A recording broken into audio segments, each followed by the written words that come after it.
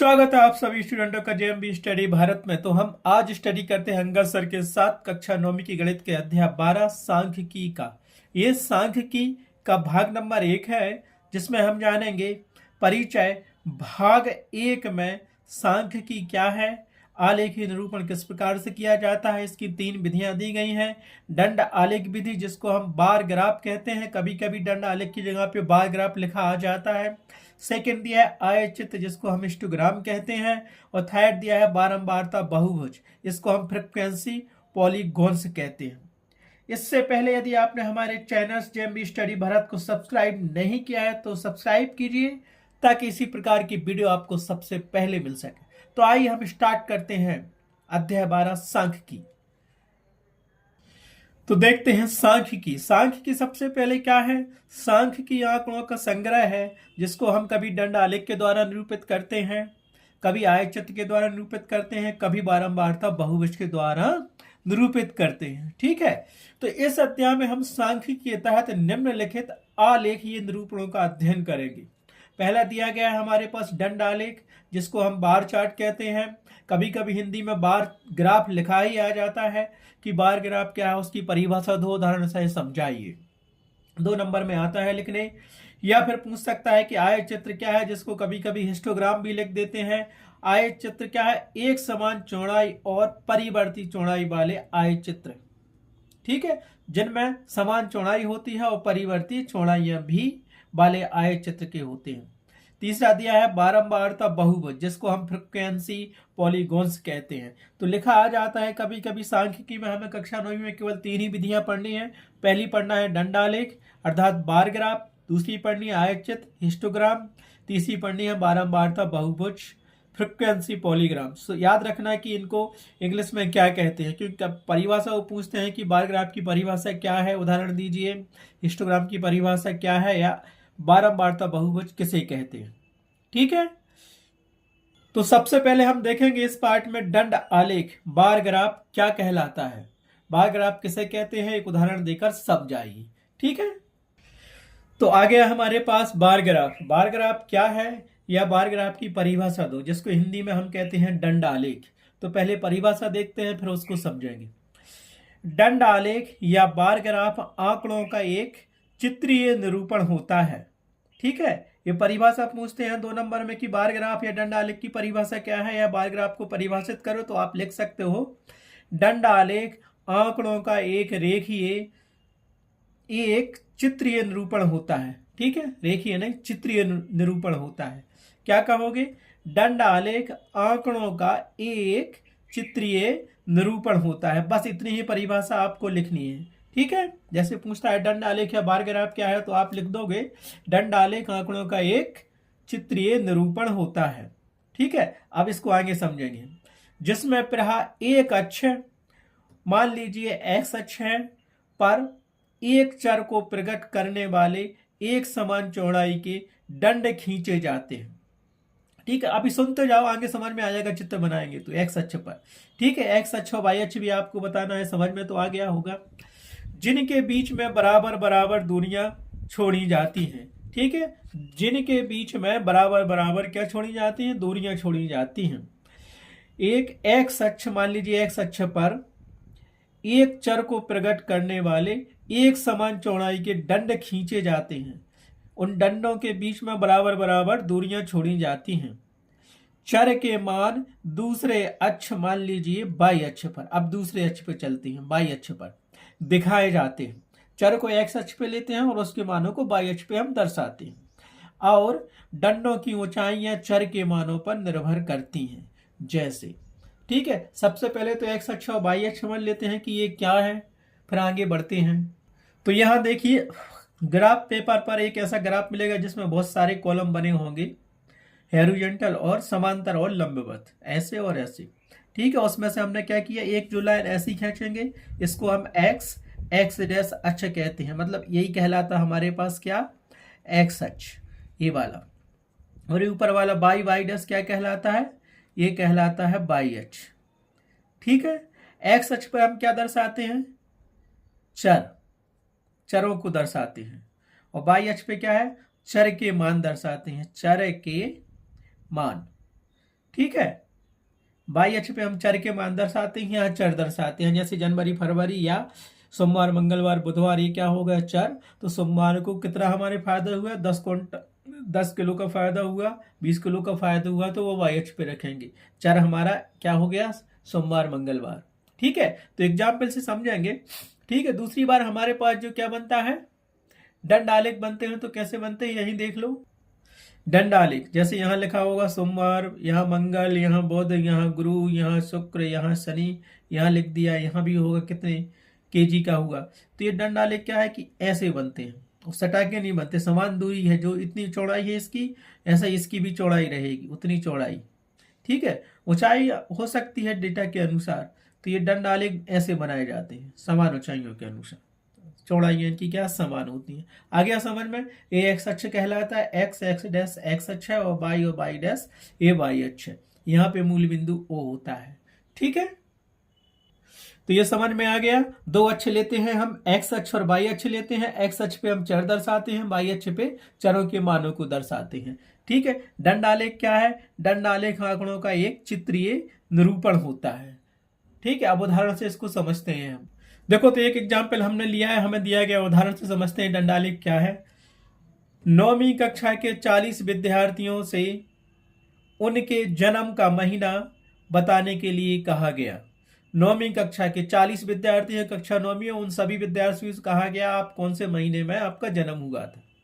इस प्रकार प्राप्त आंकड़ों से निम्नलिखित आलेख बनाया गया है। ठीक, तो सबसे पहले हमने क्या किया, एक ग्राफ पेपर लिया, उस पे एक्स अक्ष खींचा और ये वाई अक्ष खींचा।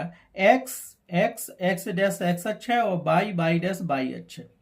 तो हमने किया कि हम तो जनवरी, हमें पता है कि एक साल में कितने महीने होते हैं, 12 महीने होते हैं। तो जो 40 बच्चे हैं 12 महीनों में ही जन्म लिया होगा। अब किसका क्या महीना है वो अपन को उससे पूछने के बाद पता चलेगा।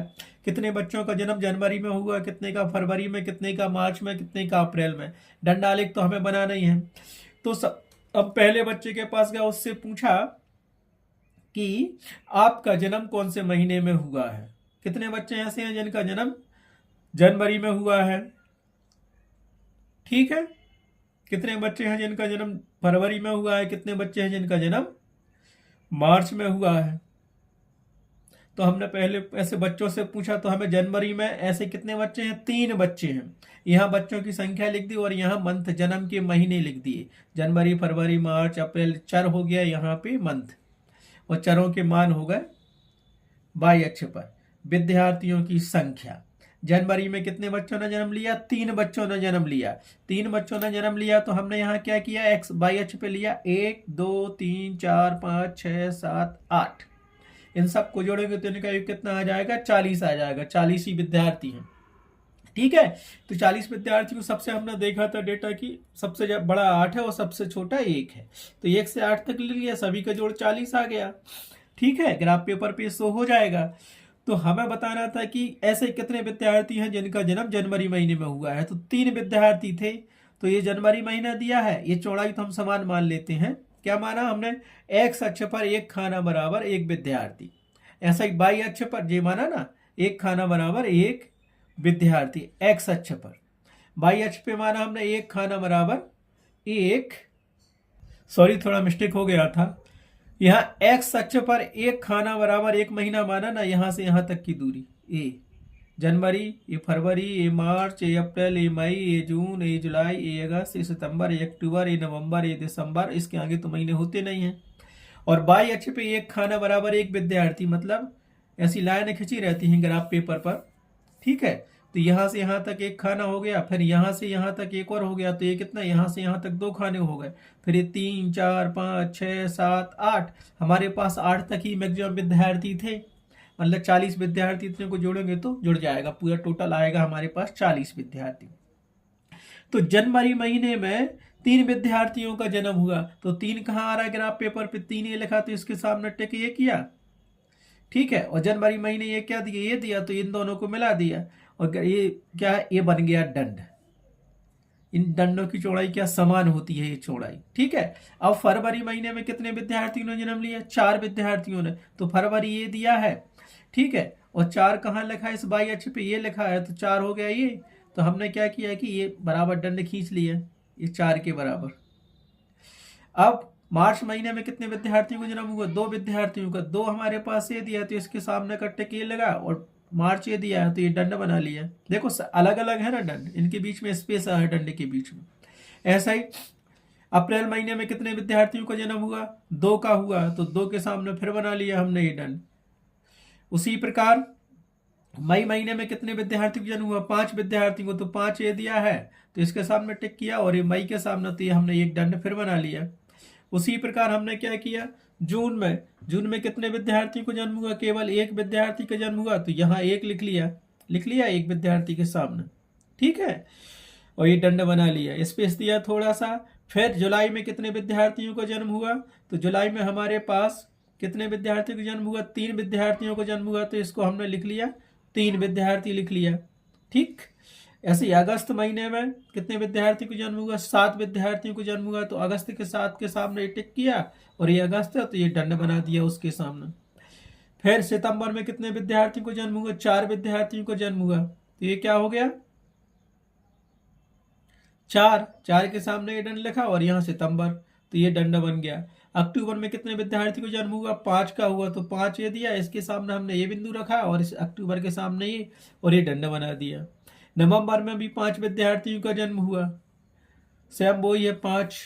दिसंबर में भी 5 का हुआ, तो डंडे बन गए। तो दंड समझना आ गया आपको, डंडे कैसे बनाते हैं, ठीक है। तो हमें यहाँ दंड आलेख जब हम क्वेश्चन करेंगे तो और कंफर्म हो जाएगा, क्योंकि यहाँ डेटा हमें केवल विद्यार्थियों से पूछने से पता चला था। कितने विद्यार्थी थे? 40 विद्यार्थी थे, और 40 विद्यार्थियों में मैक्सिमम 8 विद्यार्थी ऐसे हैं 7 विद्यार्थी ऐसे हैं जिनका जन्म अगस्त माह में हुआ है। सबसे ज्यादा किस महीने में विद्यार्थी को जन्म हुआ? अगस्त महीने में। और सबसे कम किस महीने में हुआ जन्म? जून महीने में, है ना। तो अब इतना समझ में आ गया ये क्या कहलाता है? दंड आलेख। अब इसके आगे देखो क्वेश्चन क्या, अभी तो ये पूरा उदाहरण दिया गया था, ये क्वेश्चन ही दिया गया था। आगे देखो इसमें क्वेश्चन का क्या हल करना है, अभी देखते हैं। देखो ये मिल गया, ऊपर दिए गए आलेख को देखकर निम्नलिखित प्रश्नों के उत्तर दीजिए। ऊपर दिए गए आलेख को जो चित्र बना था, ठीक है, यही चित्र बना था ना अपने पास, ये वाला चित्र। इस आलेख को देख के बताना है, प्रश्नों को हल करना है। क्या करना है? पहला प्रश्न दिया गया है उदाहरण में, नवंबर के महीने में कितने विद्यार्थियों का जन्म हुआ। दूसरा दिया गया है, किस महीने में सबसे अधिक विद्यार्थियों का जन्म हुआ। वो ये भी पूछ सकता है कि किस महीने में सबसे कम विद्यार्थियों को जन्म हुआ। तो यहाँ जो दिया गया हम केवल उतने के आंसर देंगे, ज्यादा क्यों दें, ठीक है। तो हम लिखेंगे, ठीक, ये सब बना हुआ आएगा आपको, ये ग्राफ और ये सब जैसा बना हुआ आएगा। हम तो समझा बस रहे हैं, जो क्वेश्चन दी उसने, दंड ऐसे बनते हैं दंड आलेख, ठीक है। तो उसने पहले क्वेश्चन में अपन से क्या पूछा था? नवंबर के महीने में कितने विद्यार्थियों का जन्म हुआ। तो देखते हैं इस बार चार्ट में क्या मिल गया हमें। नवंबर कहाँ लिखा? ये है, नवंबर में कितने विद्यार्थियों को जन्म हुआ था? 5 विद्यार्थियों का। तो हम लिख देंगे, क्या लिखेंगे यहाँ पे? यहां माना कि चर जन्मदिन का महीना है, और चर का मान जन्म लेने वाले विद्यार्थी की संख्या है। चर को हमने x माना था, ठीक है। तो नवंबर के महीने में 5 विद्यार्थियों का जन्म हुआ। पता ही था हमें कितने का हुआ? नवंबर के महीने में 5 विद्यार्थियों का जन्म हुआ। दूसरा क्वेश्चन क्या था? किस महीने में सबसे अधिक विद्यार्थियों को जन्म हुआ। तो फिर देखो बार चार्ट क्या कह रहा है हमारे पास? बार चार्ट ये दिया गया है, सबसे ज्यादा किस में हुआ? अगस्त महीने में 7 विद्यार्थियों को जन्म हुआ। तो दूसरे वाले क्वेश्चन का आंसर क्या हो जाएगा? अगस्त। तो हम लिखेंगे सेकंड क्वेश्चन का हल, अगस्त के महीने में सबसे अधिक विद्यार्थियों का जन्म हुआ, जो है 7 विद्यार्थी। इस प्रकार से उदाहरण का सवाल कंप्लीट हुआ। आपको ये ग्राफ बना हुआ आएगा, ठीक है।